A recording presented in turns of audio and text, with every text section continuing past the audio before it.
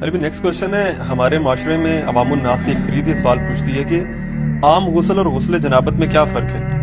مزید یہ کہ اگر ہم غسل کو سنت کے مطابق ادا کریں تو کیا ڈائریکٹ نماز پڑھ سکتے ہیں یا پھر نماز پڑھنے کے لیے الگ سے وضو کرنا پڑے گا؟ دیکھیں، یہ بڑا کریٹیکل سوال ہے، یہ اکثر لوگ کرتے ہیں۔ میں نے وضو، غسل، تیمم، استنجا، حیض و نفاس کے مسائل، اس پہ 42 مسئلہ ڈیٹیل ریکارڈ کروایا تھا آلموسٹ 7 سال پہلے۔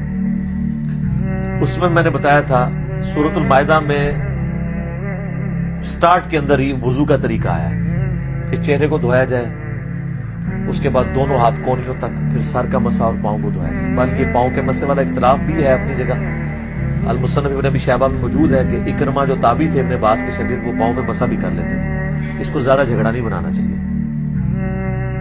تو یہ وضو کا طریقہ قرآن کے اندر ہے، بخاری مسلم میں درجنوں احادیث ہیں، بلکہ مسلم شریف کے اندر تو 1000 سے زیادہ احادیث ہیں وضو، غسل، نماز اور طہارت کے مسائل کے، 1000 سے زیادہ۔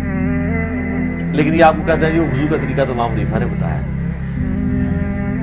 وہ تو احادیث کے اندر موجود ہے۔ تو آپ بخاری مسلم دونوں میں حدیث موجود ہے کہ نبی علیہ السلام غسل کیسے کرتے تھے۔ امہات المومنین نے روایت کی ہے کہ نبی علیہ السلام جب بھی غسل جنابت کرتے تھے تو آپ علیہ السلام غسل کرنے سے پہلے استنجا کیا کرتے تھے۔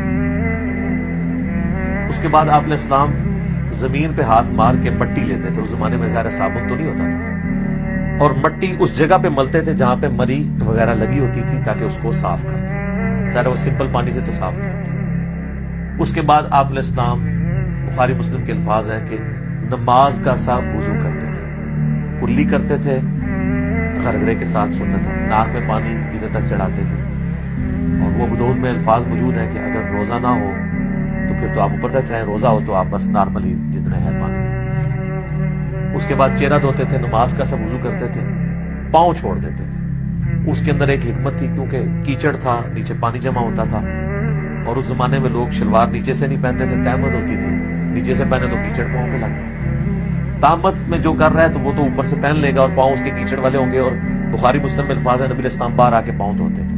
آج کل ایسا نہیں ہے، آج تو ہم اس اسماعی سے گزر نہیں رہے، ہم تو ٹائلز والے باتھ روم میں ہوتے ہیں، ساتھ ساتھ پانی بہتا رہتا ہے، وہ پاک ہوتا جاتا ہے، نکل جاتا ہے۔ ورنہ تو ہماری مصیبت ہو جائے، ہم پہلے تولیہ باندھ کے باہر نکلیں اور پاؤں دھوئیں اور اس میں وہ چھینٹے بھی نہ پڑے، پھر شلوار پہنے۔ اب تو یہ ضرورت ہی نہیں اندر ہی، تو آپ پورا وضو بھی کر سکتے ہیں۔ اچھا، کیونکہ نبی علیہ السلام وضو کرتے تھے اور اس سے پہلے استنجے والی جگہ سب کچھ دھو چکے ہوتے تھے، اور اس کے بعد آتا ہے پھر آپ علیہ السلام 3 دفعہ جو وہ سر پہ پانی بہاتے تھے، دائیں طرف بائیں طرف۔ ذرا وہ غسل ہوتا تھا ایک برتن اور بالٹی کے ذریعے، تو وہ اسی طریقے سے ہی ہوگا۔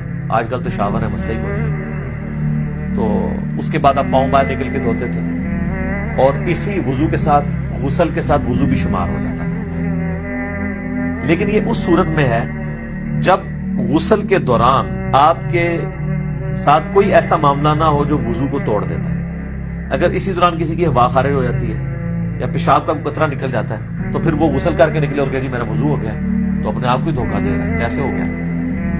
اس کو تو پھر اینڈ پہ دوبارہ سے وضو کرنا ہوگا۔